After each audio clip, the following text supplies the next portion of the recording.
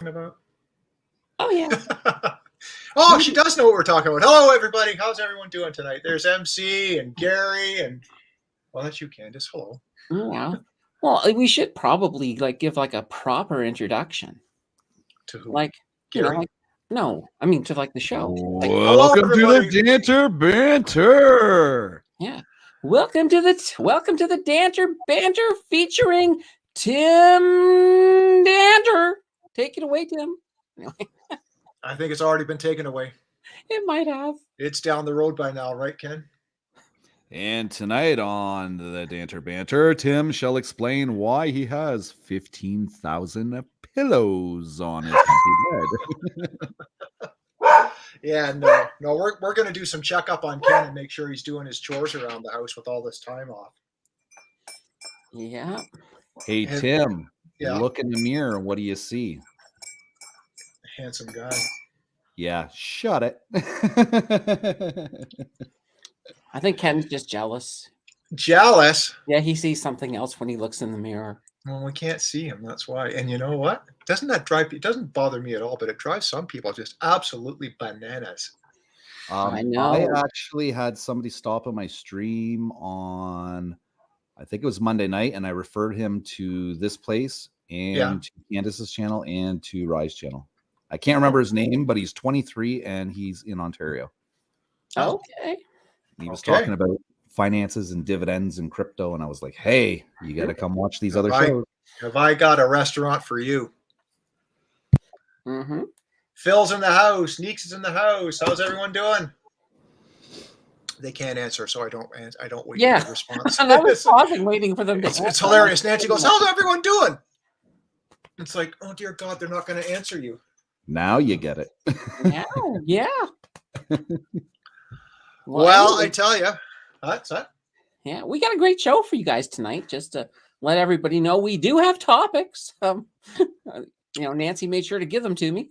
Oh, she gave them to you? Yeah, she gave me some topics. Thank God. I'm trying to get out of the house this morning. She's firing stuff off. I'm doing this and that. And she goes, oh, do you want me to do the thumbnails? That'd be great. It's like, and I get home and I'm into walking now. So I go out for my walkabout and get home. And then, anyway, that's neither here nor there. Well, get the walkabouts in before the winter gets in here and it gets too cold. Yeah, well, I'll go to the, I will, thanks, Neeks. Mikey's here. I will go to the rec center. Apparently there's a pay-as-you-go there. I refuse to pay for a monthly membership to a gym. Yeah, it's like, it's the same as, to me, buying that $1.99 thing on your app and you forget about it and it just keeps on getting charged and keeps on getting charged, and then you buy another one and it keeps on getting charged. Like I bought Audible books because I had downloaded The Creature from Jekyll Island and my free subscription was coming up, and then it was going to be $15.99 a month. Yeah. And I thought, I don't care how corrupt these guys are, I am not paying $15.99 a month. Yeah. Well, that's the thing about those gyms. It's easy to sign up and they'll usually give you some free swag. But when you try to quit, holy banana bread. It's like if you go in person to quit, a couple of bodybuilders will be there to block your way. I mean, it's just ludicrous. It's like. And did you guys see my short yesterday about the gymnasium? I think I missed that one. Now I have to go back and look at it. Yeah, I missed that one. I watched the pig one. I seen the pig one. Sometimes your shorts show up in my feed and sometimes they just don't. Oh. But you do show up more than Nate Palmatier does. Yeah, Nate's got some good stuff. I know normally what ends up happening with Nate is I'll go and I'll be like, oh, I just missed the last 15 shorts. So, okay, I know what I'm doing for the next 15 minutes.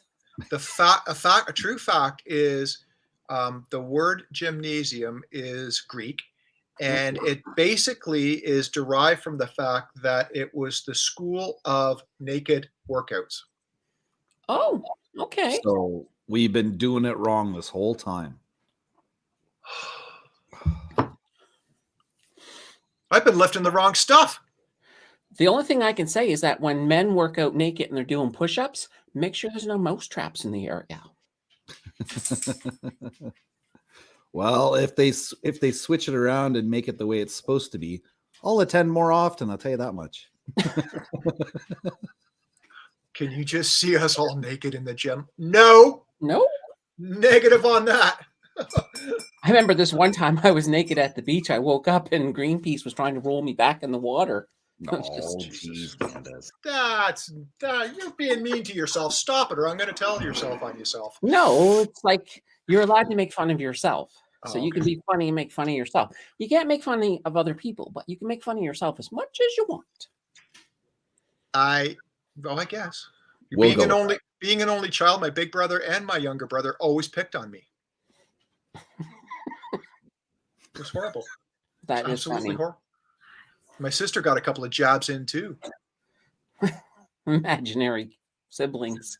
No matter how much the postman knocked at the door. Nice, nice. Oh, well. Moving on. So the first topic of the night. Yes. Is the railway. Hence my background. Yes. So, in a nutshell, for those people living under a rock, we have got 3 major unions in the U.S. threatening to go on strike. Now, what that is going to mean is, well, it's going to be chaos because the railway is a major component to the supply chain. And even though the strike vote is on Friday, even though it hasn't happened yet, they have already started delaying shipments of different freight because they're sort of anticipating it. Now, if you think this is a U.S. thing, well, you're wrong, because it's going to affect us too. It's going to shut the tracks down in the U.S. And who uses American tracks? Both CN and CP. So it does affect us as well. So this is going to be a big thing with the supply chain. It's going to cause a lot of pain. Here's the good thing about it, though. If you look at Canada, we've had CN almost had a strike. CP almost had a strike, but they were resolved really fast. Yep. And I will imagine that this thing in the States, the government is not going to let it go on. You will see binding arbitration come in very, very quickly. So I don't think the disruption will be that big, but it's scary that they're even thinking about it. You know what's interesting, Candace, is you say binding arbitration and, where they designate it as an essential service. And you know what? I don't follow the news very often because I don't watch the news. But I know that it's a go-to for up here when a government gets into a pickle with a service or whatever the case is. Does it happen that way down in the States too? Like because I kind of find it difficult to understand that the president is going to, when he shucks everything off to, no, that's a state level decision, that now he's going to come up and he's going to say, no. Well, I think you can make an argument because this is not going to just affect one state. I mean, it's going to affect all of the states. So that in itself creates it as a federal jurisdiction. There's no way around it. I guess we don't know when their CBAs, collective bargaining agreements, was what that stands for trucks, for whatever, between now and Christmas, because this is the first sort of fall Christmas season Thanksgiving that we've had as normal as it was pre-pandemic. Right. Yeah. And we, is this the time when everything's ramping up and people are getting more confidence, regardless of inflation and so on and so forth? They're just feeling good about themselves and they're going to spend the money at the holidays, and then all of a sudden, the postage or the couriers or whatever the case go, well, this would be a good time to ask for more money, and they shut it down. Do you know what I mean? Yeah. And I noticed Phil mentioned as well, UPS. Did you know that one railway car can carry 1,200 average sized UPS parcels? How many? 1,200? 1,200. It's a lot. So, I mean, this is going to cause a major disruption rate across the board. And here's the other big thing. So some people are like, okay, yeah, they'll just ship stuff by truck. No. Well, even if they could, even if they wanted to unload everything and ship it by truck, shipping by truck costs a lot more than shipping it by train. So you're like basically giving inflation steroids if you were to sort of convert it over to trucks. Now they'll get this resolved quickly, fast. Yeah. But now, usually when the government steps in, they don't do it for long. So it usually means that they're going to be it basically will buy time for the railway and the union to work things out over the next year, usually something like that. But this will get resolved quickly. Well, and the rail is the most efficient because it takes, what, 2 engineers and maybe a conductor or whatever it is they put on those things to tug 70, 100 cars. And it's like, if we do that on ground, it's 1 driver, 1 trailer. And it's like, that math goes right out the window. Well, and part of the biggest issues, I think, right now with the unions in the US, one of their biggest issues right now, it's not even pay, it's the fact that they're understaffed to the point that people are on call 7 days a week. They can't have a life. They can't plan anything because they could be called into work at any moment. And that's one of the really big issues. They want to be able to basically have days where they can make plans, where they do have days off, where they're not on call. Yeah. This whole situation has got to flush through, and you know, we haven't had a full year of normal stuff, have we? Well, here's the thing, though. What is normal? Because we have to define what the new normal is. Nothing's ever going back to pre-pandemic. It's just not going to happen. No. So the world is different. It's going to stay different. We just need to figure what our new normal is so that 5 years down the road, we'll be like, oh, yeah, everything is normal. Yeah. Yeah. And Neeks, you are correct. There is a shortage of drivers. I was up in Brampton, and Neeks, I don't know where you hail from, but I was up in Brampton doing some medical assessments on Tuesday. And where I was, there was huge signs for a driver fair coming up this weekend and next weekend, a $5,000 bonus and stuff like that. And, you know, that's a great incentive on paper, but you know what? These drivers aren't stupid unless, you know, they can go and grab their $5,000 and then boom, jump out and go back and just, you know, go back for the hit again, you know? Yeah, absolutely. But I mean, that's the whole thing. I mean, we're in a mess. The supply chain, of course, causing inflation. And of course, when you talk about inflation, you've probably heard about the CPI that came out yesterday. Or maybe, you know, but just to give everybody an idea. So we thought that we were going to get a CPI of 8%. We ended up getting 8.3%. That's bad. So that's bigger than we thought. But of course, if you look at the core CPI, and that's taking out the really volatile stuff. So you're taking out food and you're taking out gas. Yep. Now that they were expecting it to come in at 6.1%, it came in at 6.3%, which is insanely bad. What's happening at the core CPI level is everything is still going up. Inflation has not turned around. It looks like it's turned around because of the gas coming down. And why is the gas coming down here when it's going up everywhere else in the world? Because America is letting that gas out of their strategic reserves. Why are they doing that? They want to keep gas prices low until the midterm elections. It's the old car at the bottom of the driveway with the window rolled down, the little piece of candy going, "Psst, come here, I got something for you." You know, that's what's going on right now. And you're absolutely right, Candace. These numbers are they're numbers, but I don't know how to they're not true. They're just numbers. They mean absolutely nothing. And I was watching a CNBC clip on something today, and they said, "Oh, inflation's starting to go down." And I thought, "Oh my God, no, it's not. What nonsense are you putting out there?" Because it's all political, as you just said. It's all political. It's all about the almighty vote. Look. Well, I don't know what you've got on the thing, but look at what Trudeau did yesterday with $4.2 trillion, 3 point something coming back to people.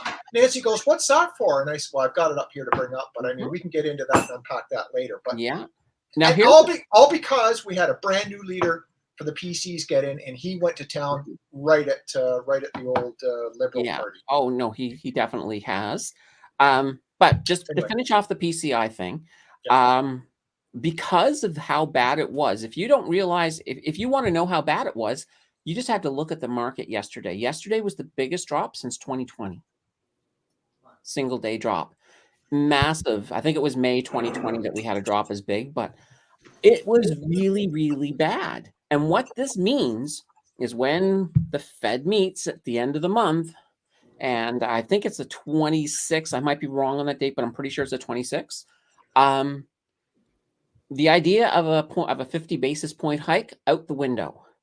75 point basis hike, maybe, but I'm thinking they're going to go historic and go with a 1%. So a full 1% jump, and you never know because they do want to get aggressive. Maybe they'll even decide to do a Volcker. It could happen, which is where they just go completely crazy and throw in something above 1. It could happen. I don't think it'll happen. I think we're going to see a 1. If I had to bet, I would bet on a 1. But I wouldn't. Jesus, I mean, one is fairly aggressive for the United States, and I think if they go over 1, they're going to send an absolute shockwave through that nation. They will, absolutely. And I can't, because they're in cahoots with the government, so you know what I mean. But I can't see them doing that. I can't see them doing that before primaries. I can't see them going over 1%. One thing that makes me think they won't Volcker it. I can see them going to a 1%. I can see the government I can see Biden's crew putting pressure on them, saying keep it at 75. But we already know that Powell is not going to really listen to the government. He's going to do what he thinks needs to be done. But I think we're going to see a 1. I think 100 points, so 1% raise in the interest down there. I don't. I mean, you're a hard worker, Ken, and you know you're doing a lot of time, or you got this week off, but you're doing a lot of time at work, and you were doing a lot of overtime. You're certainly and I don't know your finances at all, but I have to think that you go and you work and you come home at the end of the week going, man, I'm going to get in, and you look at your check and you go, what the hell? 1/3, man. 1/3's gone out the door to tax, and then you pay tax on all your groceries and everything else. So, you know, in the end, you're paying almost 50% of your tax of your pay is tax. It's insane. You know what's funny is that most of us who know something about what's going on, just continue to go to work and do the same thing over and over again, right? It's like, does that bring merit to why people are taking all this assistance? I don't know. I don't answer to anybody, but that's just me. Well, yeah, you've got to figure it out. You know what I mean? Everyone to each his own for every single person. I mean, I'm the same, and I know Gary would be the same because he's in transportation. And you know, when you're in transportation for yourself, it's the cost of insurance, the cost of gas. And when you're running the car more, and when you're doing those one-offs, like I service a huge geographical area.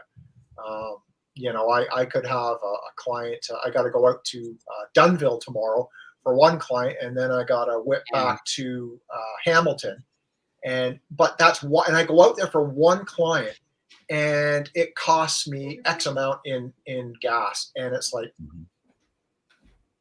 I'm making less on the client now. Right. You know, and you know, when you start driving, Candace, you'll find out, right? I mean, you're probably not going to drive far and as much as Ken and I do. No, probably not. But you take a trip out to the East Coast, you'll go, holy banana bread. You know, it'll get you right in the old pocket. Yeah. The difference is, though, I don't pay for my fuel. So when I'm driving over 4,600 kilometers a month. Yeah. And I can't start driving until April anyway. Like I can't take my test until April because I think I have to wait 8 months. Well, that's the thing you got to watch for is you're allowed to get that credit of 8 months, but you have to complete the class and in car. Yeah. Your in car, you said, was delayed 5 months? Not anymore. Oh. Because I can do it during weekdays. Most of their clientele are students who can't do weekdays. So all of my in-car are in October and November. Wow, good for you. Yeah, so that'll be fine. What really sucks, though, is I had my learners in Nova Scotia, but that doesn't count because it expired. And there was nothing I could do about that because their office was closed, and they were like, "Yeah, we're just using expired for the time being." Oh, So it get kind of worked like up. screwed me that way. So there's nothing I can do. So it's like, darn it, I got all the time in already. Yep.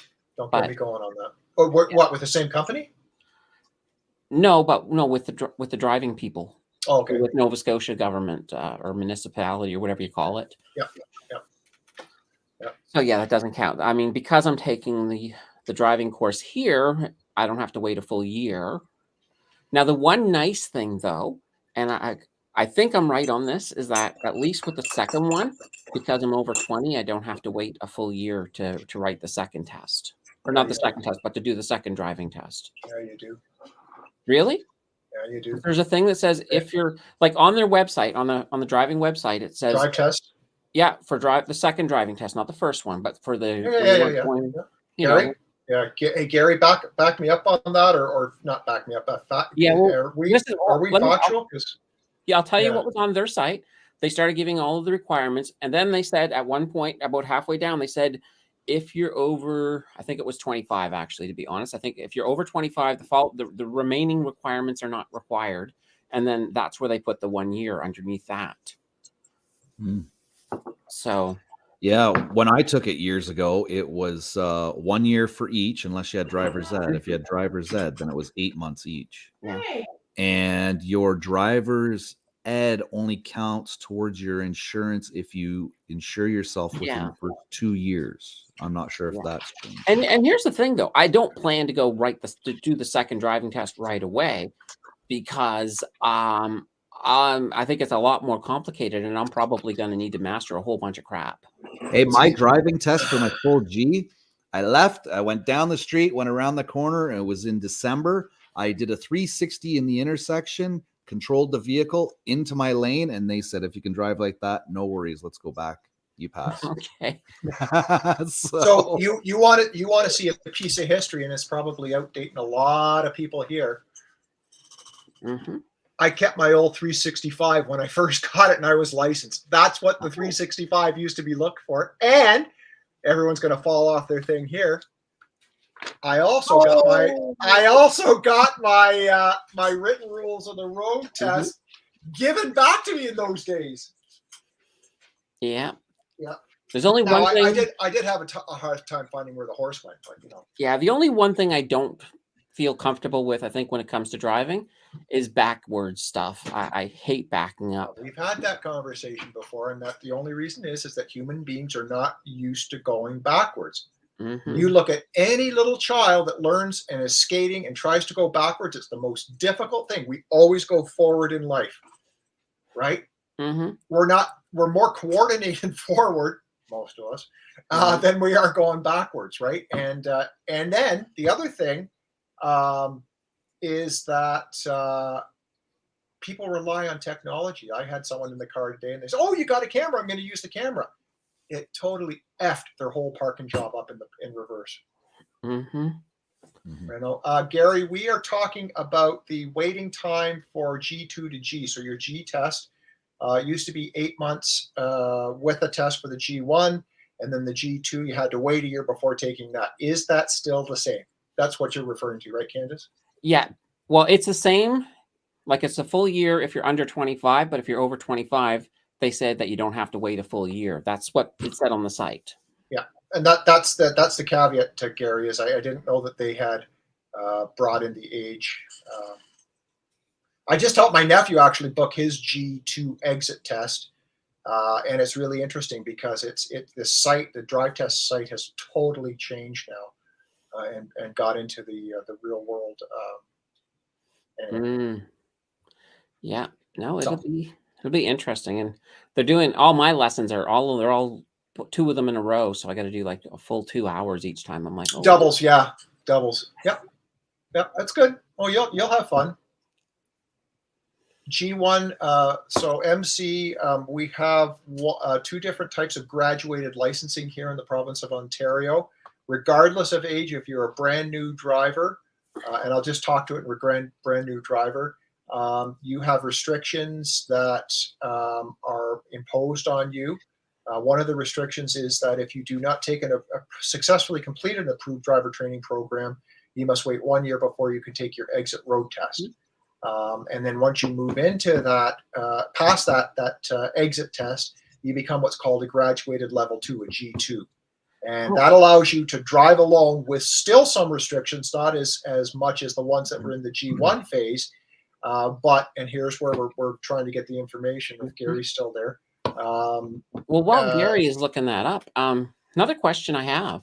This is just odd. I don't plan to ever drive a motorcycle, but like a person who has a full, a regular G license, do they then have to go if they want to ride a motorcycle? Do they then have to go do the motorcycle one as well, or does they start the motorcycle graduated licensing system, which is totally separate. M1, M2. So if somebody has their M license and their G license, is it two separate licenses, or can you actually get them combined into a one thing? So the classification on your license is called a GM.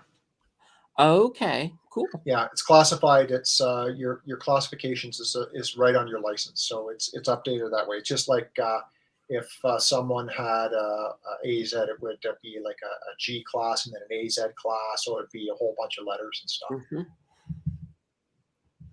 Well, that sounds fun. Although the poor driving person who's who's marking you, must be hard to use the clip pad while they're on the back of the bike with you. It is. It is. Yeah. Yeah. So, what do we got next?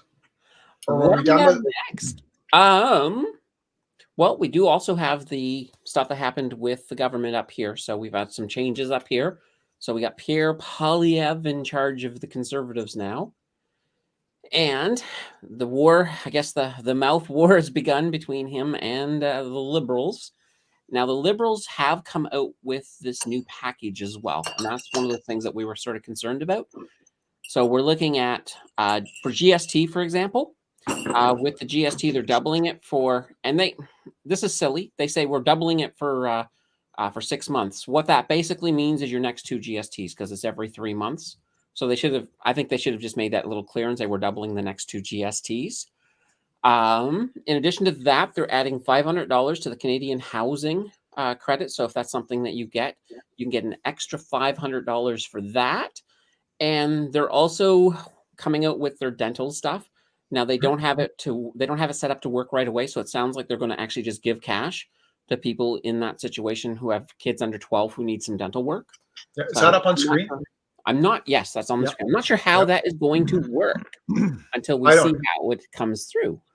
Here's the kicker, the next one. Yeah. You have to read that, Tim. I can't read that one. You can't read that? The $500 payment for renters doubles our commitment made in the budget of 2022, providing $1.2 billion in relief for 1.8 million eligible Canadians. Yeah, it basically comes down to how much you're paying, how much you're making, sorry. So yeah, a lot of people who are lower income are all going to get a lot of money. So this is just going to create a lot of money. And Poilievre did point out that, oh, wow, look, we're throwing more money into the fire so that we can push inflation up. Now, the Liberals, of course, are fighting back. Now, I did want to be fair to the Liberals. This is not technically Trudeau's fault. This is all Singh, because this is all stuff that Singh demanded he gets to be able to prop up the Liberals. Wasn't it the dental that he was hot and heavy on? Yep, the dental and the $500 and the double GST. So this is basically Trudeau just keeping his word so he can stay in power. That's all this is. He's now delivered his promise. Now what's going to happen? Oh, we're going to pay. We're going to pay. We're going to pay. You know what? Who was it? Oh my God! It was classic.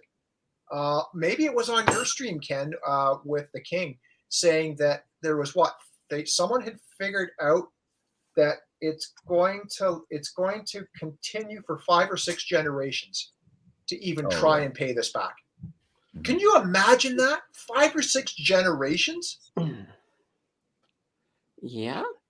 Look at and a 10% increase to the old age security. Okay. Only for people over 75. Right. Boomers are healthier. What's going to be left when I get there? When you guys get there? Oh, there'll be nothing there. I plan on that. I already plan on that. Yeah, I plan to have enough investments in place that the passive income will support me. one way or another, whether or not I get anything from the government. But here's the thing. Knowing that this whole house of cards could come down, when I hit 60, I will probably take things early, just so I can at least get a tiny piece of the pie before it all disappears. Right. Look at this. Canada has the lowest total government deficit in the G7 this year. That's scary. That's scary to think we've got the lowest and everyone else has got the highest. What kind of state is this freaking world in? I don't know, but here's some odd news I heard the other day. I've never heard this in my entire life. Frigging Nova Scotia had a surplus. Something smells fishy. Yeah, but no, seriously, that's never happened before, as far as I know, at least in my lifetime. I mean, you never hear of Nova Scotia. Nova Scotia's, I mean, they're a poor province. They don't have deficits. They don't have surpluses. That's an Alberta thing. But this year, under the new Conservative government there, they had a surplus. I don't know. And it'll just all pretty much go to paying off their debt. But, I just was like, wow. A win's a win, right? A win. Take it where you can get it. Yeah. Oh, hell yeah. And there's when Pierre Poilievre was announced as the leader of the Conservatives, there, at least on my Facebook feed, there was people who saying, that's it. I'm really going to think about voting Liberal now, because they don't like him because he supports Bitcoin. They don't like him. Well, he uses Bitcoin as an alternative to fight inflation, which is true. It's only got 21 million coins in circulation. And here's Trudeau printing more money. It's like, well, there goes that comparison. Mm-hmm. It's just, and this is just, he's got how many years left before the election? 3? Well, 25. Holy shit. And they don't like him because he supported the truckers. Mm-hmm. Aren't we allowed to have our own opinions and views, regardless of whether, to me, that's just me, and I'm not going to, go one way or the other on this, but that is a politician showing his transparent opinion about something. Yeah. Which he's allowed to, right? And that's the thing. I think everybody's allowed to have an opinion. Whether you're pro this or whether you're con this, it doesn't matter. I respect everybody's right. It's like, and the best thing is, maybe I'm different than everybody else, but I find the most engaging conversations I ever have is when I'm talking to somebody who completely disagrees with me 100%. And those are the most fascinating people to talk to, because it's neat trying to figure out their points of view. And a lot of times, especially a lot of times I learn stuff, and maybe my opinion, I may not still agree with them, but I may understand them a lot more by the end of the conversation. And to me, that's kind of a cool thing. It's the way it used to be, I think. It's funny that you say that, because one of the most enjoyable streams I think that I've seen on Ken's channel was Sunday, whatever the long one was. And I came on at 6:00 in the morning. I know. I was like, "Hey, Tim." I woke up. He was still on. What? It was, and Candace. It were two. It started out as, this and that, and that and this, and then it moved into a really calm conversation with two different sides really talking about stuff, and that's when it became really interesting, because it was so interesting to listen to the Canadian perspective and the American perspective about things, and I enjoyed it. I thought it was one of your better ones, Ken. I think that was Sunday night, the 12-hour stream. Yeah. I don't know. Yeah. But it was Man, good. my eyeballs hurt after that one. Holy, they were burning. I was surprised when I kept up. I don't know. I thought it was Sunday morning for some reason. And you guys were still streaming. But it says 3 days ago, so I don't know what the date would be on that. It has to be into Sunday morning, because I wouldn't have watched it. I think it was Sunday morning, because you guys were like, "Oh, we're having great conversation. You should come on." And I'm like, "Yeah, no." Sunday is one of them days I have no wiggle room, because it's like normally I have a tiny bit of wiggle room Sunday morning, but because I went to Comic-Con on Saturday, I wasn't able to script my video that I have to film on Sunday, so I had to research, script, film, edit, prepare for the live stream, do the live stream. Busy. So, busy. Day. Oh yeah. But I think it was the 10th. The 10th. So that's right. Well, it began on the 10th, but it ended on the 11th. Yeah, it did. It was between the 10th and the 11th somewhere. Yeah, in there. It was the 11th. It was Sunday morning. Trust me, it was. Yeah, Sunday morning. But it was on one day in Australia. Yeah. There we go. That was a good stream. It was an excellent stream. There was some really, really good conversation going on there, and some really good different perspectives about, you know, when you sit back and you don't judge someone's point of view or someone's way of life or someone's opinion because they're American or Canadian, and you sit back and you listen to them have an honest, calm banter back and forth. It's really good. It's really, as you were saying, Candace, it's something that you enjoy when everyone starts to, you know, get their shit in gear and stop, you know, freaking out on each other. Well, that's what Andrew said. Andrew's like, you know what? After, you know, getting rid of all the BS, right? Mm-hmm. It's a really good conversation I'm having with you, King. Yep. You know? Yeah. So. Well, it was good. It was really good. Mm-hmm. So now, another topic Nancy did want us to talk about was the Queen. Yeah. So, I think the big thing is just that there's going to be a lot of changes because we now have a king opposed to a queen. So some of the changes, first of all, monetary, a lot of the countries are going to have to start putting the king on their money. In Canada, they've actually said right now we're not worried about that. So there's no short-term plans to put the king on any of our stuff. We're going to leave the queen there for now. But some countries, well, obviously England, they'll be putting the king on their coins right away and their currency. It's not like most of us don't even see currency anymore anyway. But also in courts now, if you have charges against you, it'll be you versus his royal. So just change a few little pronouns, and every so often you might see a king's court instead of a queen's court. So a bunch of little things like that. You know, as Charles III gets in there, and we sort of see how that goes. And of course, there's that one day that some places are getting a holiday. And they're not.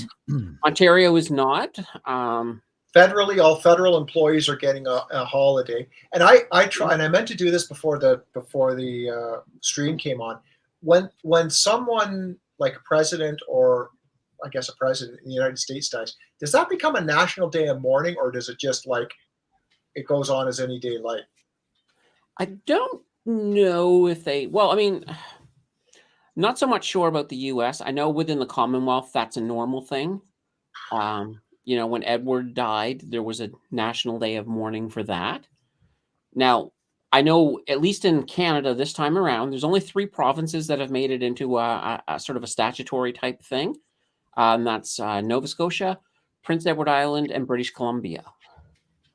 So for everybody else, it's just, you know, whoever is a direct federal employee. I know the banks are staying open, so except for in those 3 provinces, of course. That'll be interesting because Nancy will be. Oh no, Nancy will be in Halifax on freaking Monday. Oh, it'll be a holiday. Huh? Yeah, I'm not going to comment on the monarchy.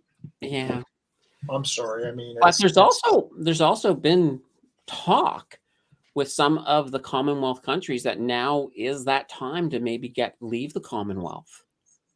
Yeah, so I heard that has been thrown out there. I haven't heard it in Canada, but I've heard it like in New Zealand and a few other places like that. So, well, the Commonwealth may be smaller on the other side of this. What do you think the savings would be to a country? Well, less less paperwork, so less hoops to jump through, especially when you're passing laws. You won't have to send it over for Charles to sign. Yep. You get rid of the Governor General. You get rid of the Governor General. You get rid of all that extra step. I mean, I think it's a good. I think I wouldn't say like we don't want to sever our ties with them, but sort of maybe just take a little bit step back from the Commonwealth, or change what the Commonwealth is. Well, what have they done for us? Not too much. Like it was like the War of 1812. They're the ones that came over, fought the Americans, blah, blah, blah, blah, blah. They took and they came up. We got Canada. They the interesting messed up the Indians, and they messed up anything in their path because of the supreme power and everything. Then they wanted to go back to England, but they said, no, we got to manage this. So that's when they started giving the right to people to run the country. Thus, there's our political system today. Yeah. They didn't want to be in two places at once. They didn't want to worry about this. No, and they've been taking a royalty ever since. No pun intended. Well, no, they have. No, I think we should move out of the monarchy. Like, I don't think Canada needs a king. But I know there are a lot of loyalists within Canada that would argue me tooth and nail on that. So, well, get over it, because there's a lot of stuff happening in Canada as it is with our rights and our privileges and all this and that. It's just one more thing that we can argue about. It's almost, is it similar to Quebec wanting to separate, us wanting to separate from the yeah. Well, the only people who supported Quebec separating, I think, was, well, other than Quebec, was Newfoundland, because they wanted to be closer to Toronto.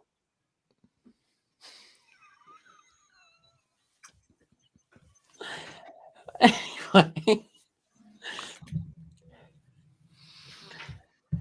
Do you know in their rendition of Winnie the Pooh, the liger was called Jigger? The tiger was called Jigger.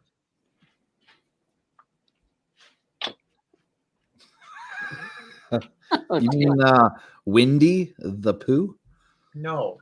The bear with a lot of gas? The tiger was called Jigger. Okay, but whose rendition? Like Quebec's or Newfoundland's? What's the next question, Candace? Intel. That one blew up on me. Yeah. That's okay. No, the next topic that Nancy gave us, and this is the last one that Nancy gave us, is Intel has now broken ground on their new chip manufacturing facility. Yep. And that, of course, is it's in Ohio, and it's going to be the largest private investment in the state's history, which is really, really cool. And Intel actually says it's going to be the largest chip making facility on the planet. So we'll have to see how that works. Now, that, of course, was one of his promises to get all of the chip manufacturing back over to the States, which is why that they've already banned a lot of the chips being exported to China. Yep. So it's going to be very interesting to see how this goes. But this is all part of that Inflation Reduction Act. What's that going to do for Apple and Sony and all those companies overseas? Well, they haven't been directly affected yet, but I wouldn't be surprised down the line if that does happen. Okay. Now, the nice thing, I guess, for people living in Ohio is this is going to create about 7,000 jobs.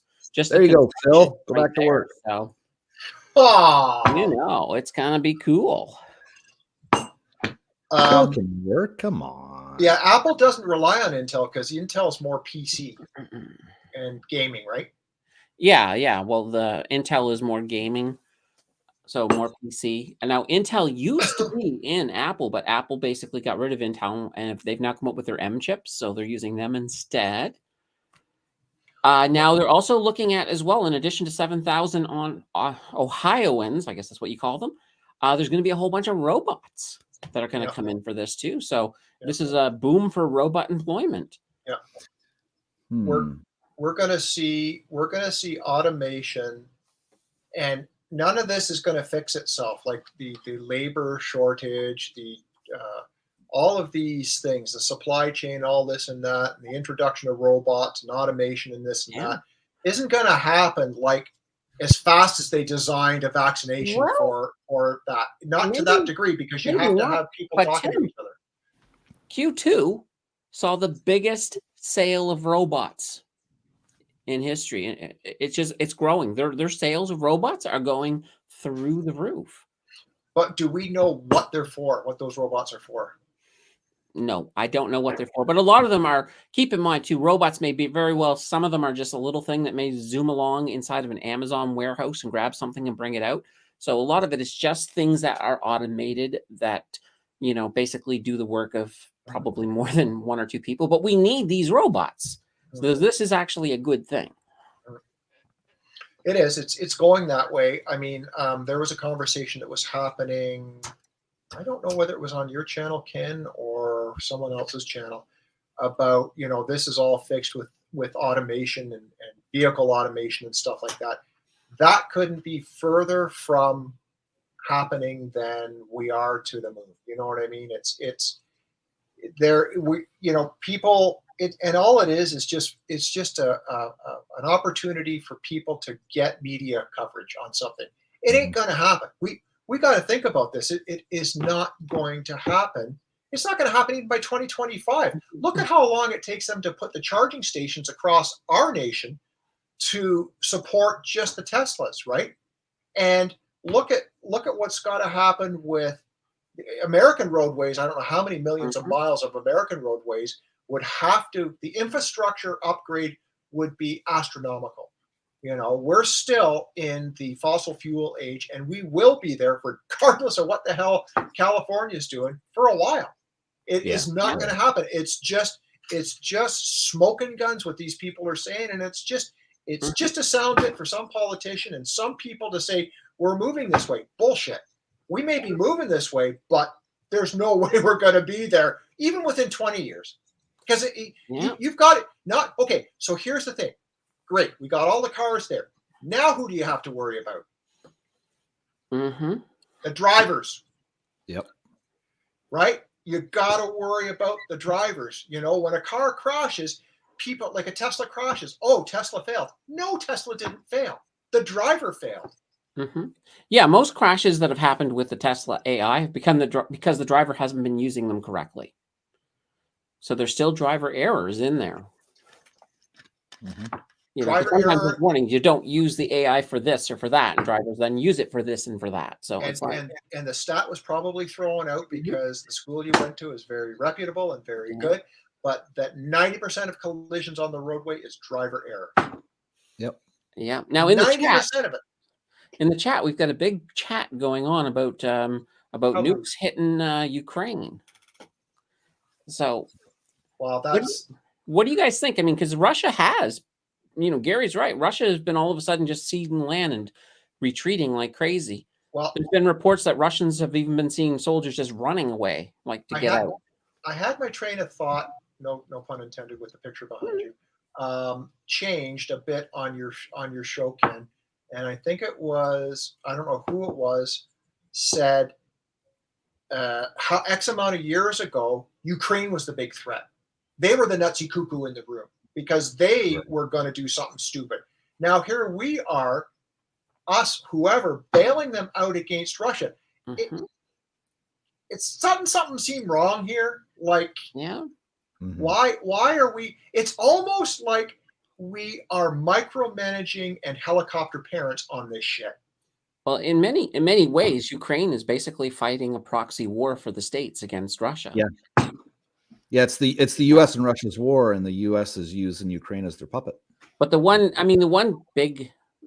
is the one reason I think that Russia may not, you know, drop a nuke on Ukraine, is that which way does the air flow? It flows right back towards Russia, so most of that fallout is going to come right back at them.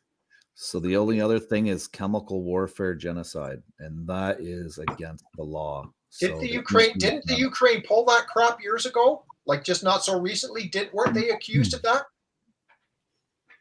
I think it was. Yeah. Somebody was accused of it. I know somebody was. I'm pretty sure it was the Ukraine. Someone in the chat, if you've got that background or that backstory, it'd be great. But I could swear to God, I swear to God, it was the Ukraine when they were not so nice and they were in the aggressive phase, that they were accused, allegedly, of using chemical warfare on their own.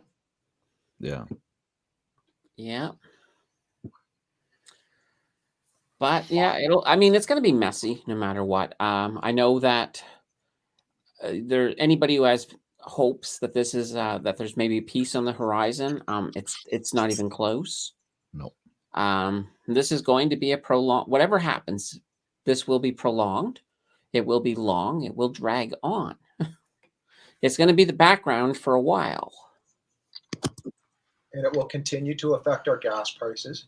You know, that's what Trudeau said in the top of that one making a life that I brought up when you were talking about the new stimulus that he's bringing in.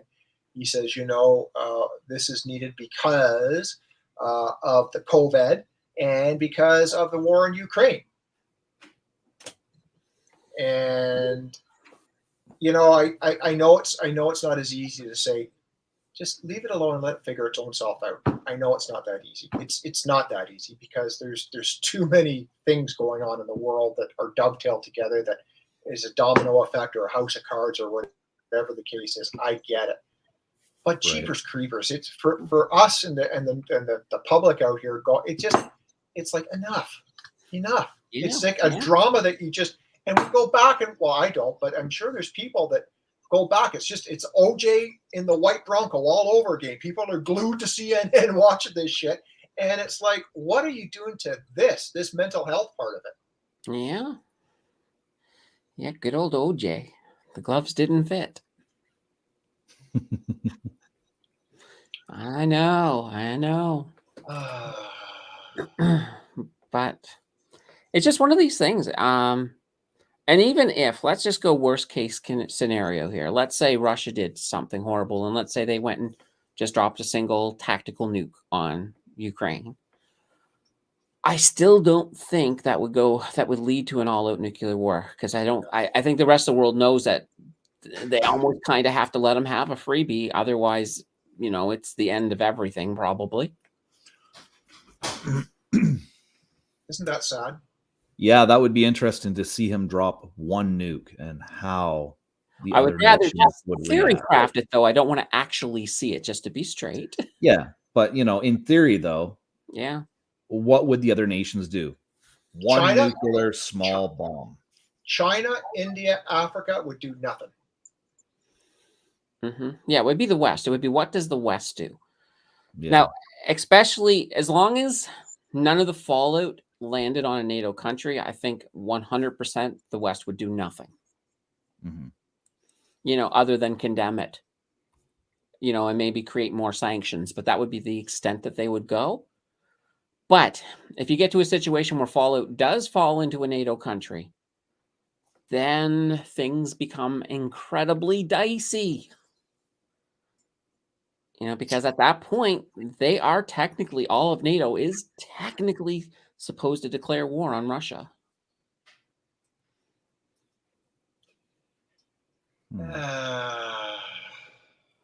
That's one of the downsides to alliances. It's not like you can chop off your finger in this case to save the body, because it's just all connected. Yeah, I don't think that there's too much. I don't think we can do too much, or the U.S. or the world, and the NATO countries and the G7 can do too many more sanctions on Russia, because it doesn't work. No, I mean, Russia's been preparing for this for a long time. Work. Oh yeah, they're saying, bring it on, go ahead. They it's almost like, go ahead, let me show you how foolish you are right now. It's like, is that all you? They're sitting there going, is that all you got? Like, I mean, it's it's. Yeah, it's just one of those things. It's like, I don't think there's an easy way out of this whole situation. You know, I mean, because eventually we can't just keep on, you know, feeding Ukraine, you know, billions and billions and billions of dollars of military equipment. You know, eventually it has to stop. Yeah, but do you think Biden's going to actually do that? I don't think he will. But, you know, I also don't think he will be around after 2024. Oh, God, no. After all this is said and done, how's Russia going to look at these other countries that helped fund Ukraine? No, well, they're already strained, and all of the sanctions. I mean, I think even, let's just say tomorrow it ended and peace treaty was signed. I still think Russia would be at you're not getting my oil unless you pay for it in rubles. I think that's going to stay. Oh yeah, totally. You know, I think there's going to be a big pushback against the U.S. dollar amongst, well, you know, between China, Russia, India, Pakistan, a whole bunch A of other lot of countries trying to unpeg from it right now. and they're going to, and I think you're going to see a big pushback. So what are they going to peg? What are they going to peg to? Well, here's the thing, though. It's not going to be Bitcoin. I know there's people out there going, "Oh, Bitcoin, let's go with Bitcoin," but no, it won't be. But what I can actually see is I can actually see a regional sort of dollar that happens for different areas. So, like where Euro has one already with the Euro, Asia could have one. Maybe it would be based off of the ruble. Who knows? I mean, and then I've heard that there's always been that rumor of the Amero for the United States and North America and Mexico.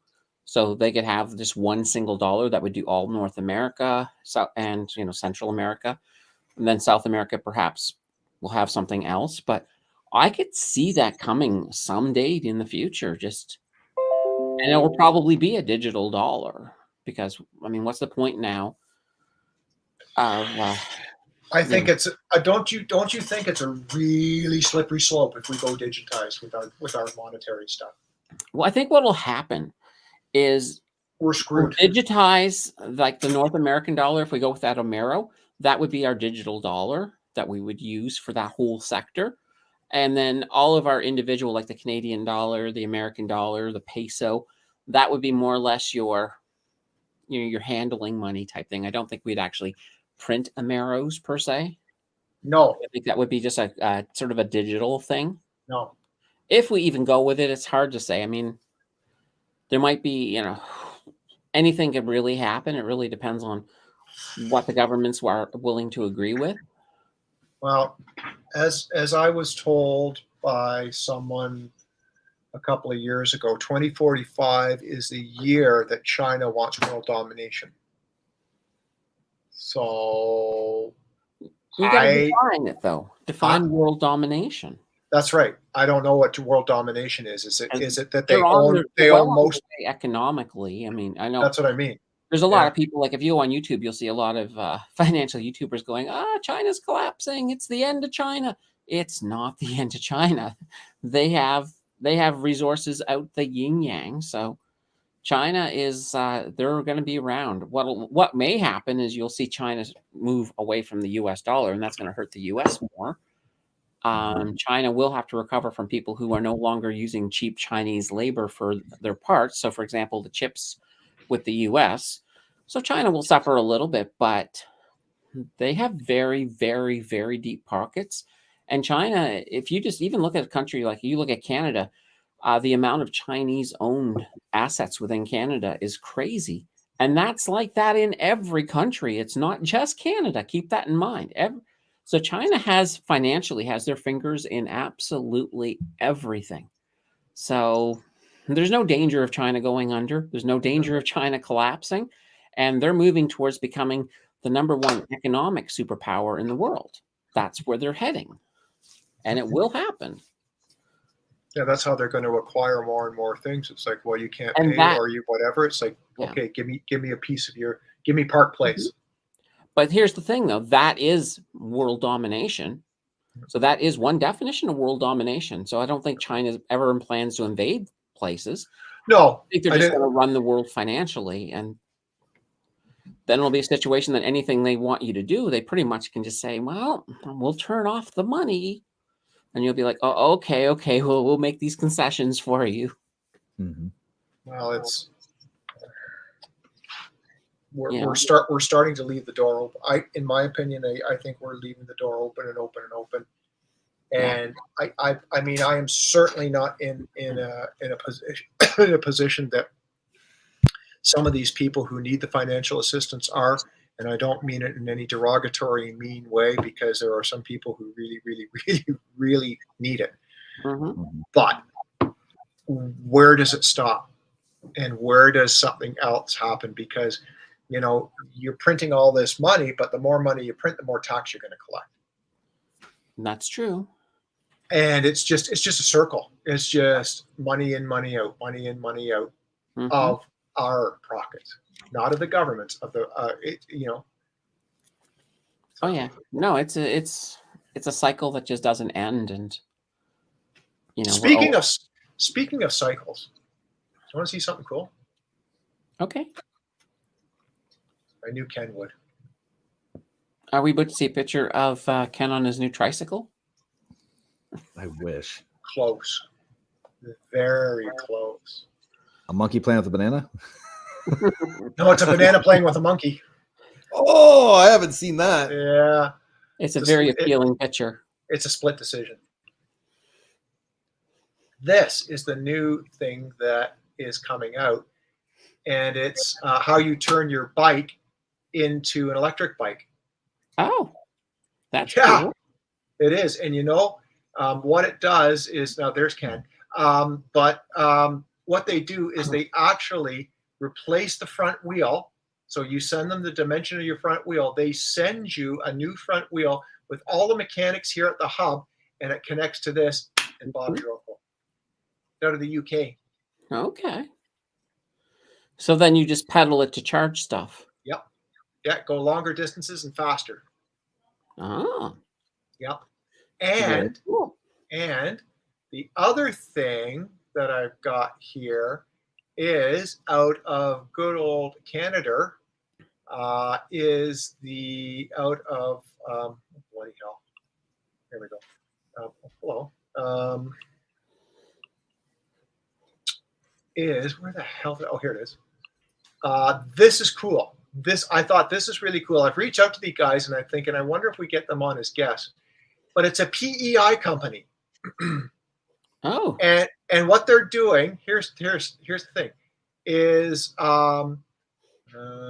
they're taking Toyota Corollas manufactured between 2019 and 2013 and transferring them into pickup trucks, and then converting them into electric cars. Oh. So they're not building new cars, they're repurposing cars, Toyota Corollas. Well, I could have had a Corolla. But and where is it here? It's supposed to go 150 miles, and they're working on fleets, and it's $35,000 for one of these. So I'm trying to get this young guy on, but it's really, I thought, now this is cool. I mean, this is repurposing all these cars and not sending them out to the junkyard, and No, it's a really good idea. Can you just see Ken in one of these? Yeah. There it is there. So that's what it looks like. That's cool. Hey, Yeah, man. For $35,000, I mean, and it's got storage in the back there, like on top. I mean, I don't know how deep that is, but you wouldn't get too far on 150 miles a day, would you, Ken? No. Well, and they're starting to do hydrogen cars, which is good. That's the next big push, is hydrogen. Yep. Yeah. As it should be. They were doing biodegradable or biodiesels,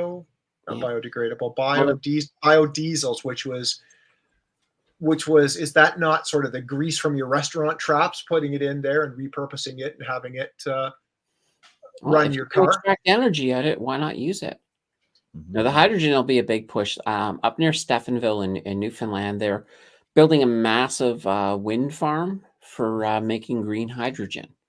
Now, I think a lot of that hydrogen, though, is going to be sent over to Germany, but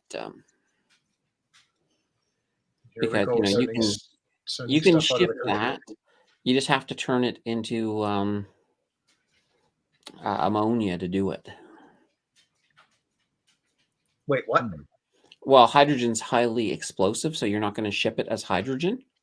So by adding some nitrogen, you can then create ammonia, and you can ship the ammonia a lot safer than hydrogen. Way above my chemistry pay grade. Way above my chemistry pay grade. Yeah. Oh, well. But anyway, that's what they plan to do. That was that whole big deal like about 2-3 weeks ago, where Trudeau signed that deal with the German leader. That's what that was all about, that hydrogen And I feel a little sorry for Germany because I think they're really going to feel the energy crunch this winter and stuff like that. Remember Ken, you had that German fellow on a couple of weeks back there, Max, and he just said everything's good right now, but he was worried about his parents and the winter coming and everyone staying warm. And it's like, well, I don't know what the stats are in Germany, but I know the UK, they're anticipating everybody's heating bill this winter to be 3 times higher than it was last winter. Oh yeah. Because they won't turn down the heat and just, put on extra blankets and socks, right? Well, they're going to have to. I mean, if you can't afford it, you have no choice. Yeah. Well, and the other thing is that to a certain degree, you have to keep heat on or your pipes freeze. Well, that's the thing. Exactly. You have to have a certain amount of heat. Yeah. What is it? 62 degrees or 56? Yep. Well, water freezes at 0, but I don't know. But yeah. Beyond the Thunderdome. Mm-hmm. Anyway. Oh, well, welcome to winter, folks. Sorry, I was just reading Cisco's or Gary's information there. We never did get the answer, Gary, about that G2. Anyway, we can come back to the stream about that later. Yeah, exactly. Well, I got nothing. All right. What do you got going on, Candace, for the week? Oh my God! Well, tomorrow is the video that you requested. Pfizer. Dive on Pfizer. Nice. That blue pill. Nice. And you know what? And here's that thing. You guys, any of you who are like, oh, I don't really care about American stocks. Well, it is available in a CDR as well. So, if you want to stay away from American, but you still want to get into something like Pfizer, you can do it through a CDR, which is fantastically awesome. Pfizer is a very hard one not to watch. Pfizer's actually. It has its ups and downs. Oh, you know what? After I looked into Pfizer, soft launch. I like them more than I used to. I will say this: their fundamentals are much better than I anticipated them to be. Really? So, yeah. That's right. Fundamentals are much better than I thought. So okay. Well, thank you for doing that. I wanted to see it because I've never sort of looked at Pfizer or Moderna or Johnson & Johnson into that. Exactly. I thought, well, let's get Pfizer. It's the big boy on the block. Now, my Saturday video is going to be something a little bit different. Normally, I have something related to my live stream. Yeah. But I had a brand new person leave a comment on one of my videos today who's like, this is all like Chinese to me. I don't have a clue where to start. So I'm going to do what I'm going to call day one investing. So that will be Saturday. Basically, what you do if you're absolutely brand new and have no clue about anything, we'll do the G1. So. So, Gary, is there any exemption for age? Yeah, and that's what we're talking about, Gary. So you have to check that. The age exemption, because Candace has an understanding that there's exemption for it's 25 and older. I think it was 25 and older. If you're over 25, then certain rules don't apply. Monday. So of course we'll have the live stream on Sunday. But on Monday, I'm going to once again revisit. I promised everybody that I would show my TFSA again once I did a rebalance. So I have done that rebalance. So we're going to show the TFSA, and somebody wanted to peek at my RRSP. My RRSP is not as impressive as my TFSA, but I'm going to show everything I have in Wealthsimple. I will show it in the Monday video. Cool. So that's like, it'll all be out there for you. Yep. No, that's good. Back here next week. What do you want sub-wise? 963. So slowly climbing. So of course, any of you guys who really like stocks and want some great stock videos, head over to my channel. Throw me a sub. I'm trying to get to that 1,000, folks. Like, subscribe, and hit on the notification bell because Candace has some pretty deep dives on a lot of good stuff. Yeah, and I take requests. So. Yeah, you do. Because she follows through. That was the thing. I was a risk. Like in the live stream, I basically said, first company anybody names, I will do a deep dive on. I was just bracing myself for something I was almost bracing myself for somebody saying, "Oh my God, I could make her do a deep dive on this horrible penny stock." But Tim to the rescue. He came up with Pfizer, and I'm like, "There we go, got it." Ken, Yes. what? Hey, how did it go with your coin? I cashed out. Tell me about that. I don't think a lot of the channel knows what's going on. If you want to share or not. Okay, well, I shared the other night on my stream, but sure. I know. Do it again here. Do it again. Do it again. So I invested $2,200 to $2,400 into a token called Grove Token. Now, they have a vision that's easily completed. What they want to do is it's like all green initiatives. Okay. So what they have in their white paper that they want to achieve, they can actually achieve it. And if they do achieve it, they probably will be the only token out there other than maybe Bitcoin that actually achieved what it wanted to do, aside from XRP. So I invested $2,400 in them. I was going to make just a quick buck. I was going to do the old pump and dump. It didn't pump up enough. It actually went down. So I was kind of stuck with these tokens. They were worth less than what I purchased them at. So there was some staking on Brew Labs. So I staked it for 180 days. And when I cashed out yesterday or the day before, it was 7,200. I think it was. Like that. Wow. Yeah. Well, it was like 68. I think 69. There's the fees too, right? They took 12% tax off my sell. So I think it worked out to about 7,200 Canadian. I got after everything was said and done. Jumping, holy! I mean that. No. If that token goes down further, if ETH plummets or whatever, I will be jumping back in because it is an amazing project. They read their white paper. Nancy has me looking at Casper, and I have no idea. She's just throwing that to me now, but I've heard Casper before, and it has something to do with banks and bank utilization and something to do with XRP. So, and people probably are tired about hearing about XRP, but I'm still holding a bag of it. And XRP. Okay. SATA Pro might be listing XRP on their wallet. Really? Yeah, because they just did Luna Classic. They are listing tokens like daily on that SATA Pro app. It's insane right now. So okay. that was another one that, they were hyped up about this whole wallet thing and they couldn't complete the wallet. They took the project, moved it to India. Bam, it's done. Yeah. And of course the merge for Ethereum is happening. What is that? I thought it had already begun. I thought it had started They today. froze everything in Shakepay. Yeah, that's where I saw the notification. So it's starting, and God knows how that one's going to come out. I have no idea whether that's going to be good, bad, or ugly. Well, if it goes right, then everybody should be able to buy a lot of graphics cards, we'll say. It'll open up a lot. And here's an interesting thing in case anybody was curious. So the giant crash yesterday in the price of Bitcoin, that was simply Bitcoin adjusting to the American dollar price because the American dollar flew through the roof at the same time because the American dollar had been crashing all last week. That's why Bitcoin had that big climb up. And then the American dollar went poof through the roof. Bitcoin, of course, came down. Oil came down. Anything based in American dollars came down. And that's all that was. So it wasn't anything to do with Bitcoin, wasn't anything to do with people selling off. It was simply the actual price, the scale that they use that caused that. See, that's what I love about this community is you get, a Gary or a Ken or Candace comes in and they say, this is why it happened.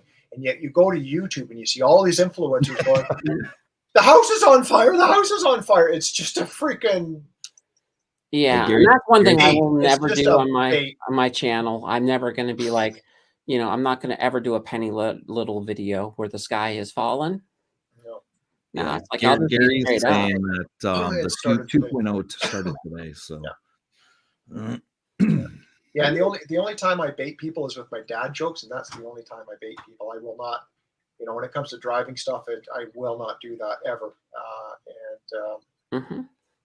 It's just you can go to YouTube and get that for free. You want the honesty and the sincerity, tune into one of these 3 channels. Yeah, stick to this community. You won't get any air horns going off, alarms flying, and and people trying to hype you into stuff that that's why I like when I do my lists. It's like I'll throw a couple crap ones in every so often and tell people these ones are crap. Because I want to be real. Yep. Well, that's good. Well, thanks everyone for tuning in tonight. We had 14 of you tonight, and Nancy's going to leave me high and dry again next week. She is up in Blue Mountain right now at some big conference. And the week after that, everybody's leaving me high and dry, and it'll just be me. Yes. If I have internet ability on the plane, I will try and make a cameo. Make a cameo from 30,000 feet. I guess I'm allowed to. Well, I better not say that. Anyway, Gary's going to go to Peterborough for DW. That was a rhetorical question, because I know I'm not waiting for people's replies. Anyway, folks, appreciate your support. Maybe I'll have Gary on the 28th with me. Me, Gary, and Ken. There you go. There we go. Yeah. Gary, if you're up for the 28th. Yeah, Gary, there you go. We'll bring you on, Gary. There's your official invite. The part of Tim will be paid by Gary for all the driving stuff. There we go. Yep, he knows his stuff. Perfect. All right, so there we go. On the 28th, it'll be me, Gary, and the friggin' Oracle, unless they do something weird to him at work. Yeah. Oh, my phone's been tinging, man. They're like, oh, people need to start doing their job right. This wasn't done. That wasn't done. 2 trailers are totally empty of water. Why weren't they filled up yesterday? It's the case of the employee who wants the money but doesn't. And the number 1 rule of vacation: never check your messages from work. Never. Wow. Don't even look. I wanted to make sure that my route's going to be done correct, because if not, next week is going to be utter hell for me. You're going to have to go and fix it all. Exactly. Well, even if you're getting messages that it's all being done wrong, you're still going to have to fix it. Well, no, this is other stuff. This is stuff in the plants where I don't go. Yeah. So. Yeah. Oh, yeah. Well, are you a senior lead or something? Of sort? No, I just I train people, and I don't go in the plants. I refuse to. Do you go in the bushes? Yeah, I go in the bushes. I told them, I said, well, if you send me in the plants, I'll go through the security gate, put it in reverse, and I'll hit the guard shack. And guess what? So do you want to waste time or what? They were like, yeah, you can just. What's the family doing here? What's the family doing here? Oh, dear Lord. Well, with that, say goodnight, Gracie. Good night, everybody. Bye. Have a safe week, everyone. Take care. Thanks for tuning in. Remember, chew twice.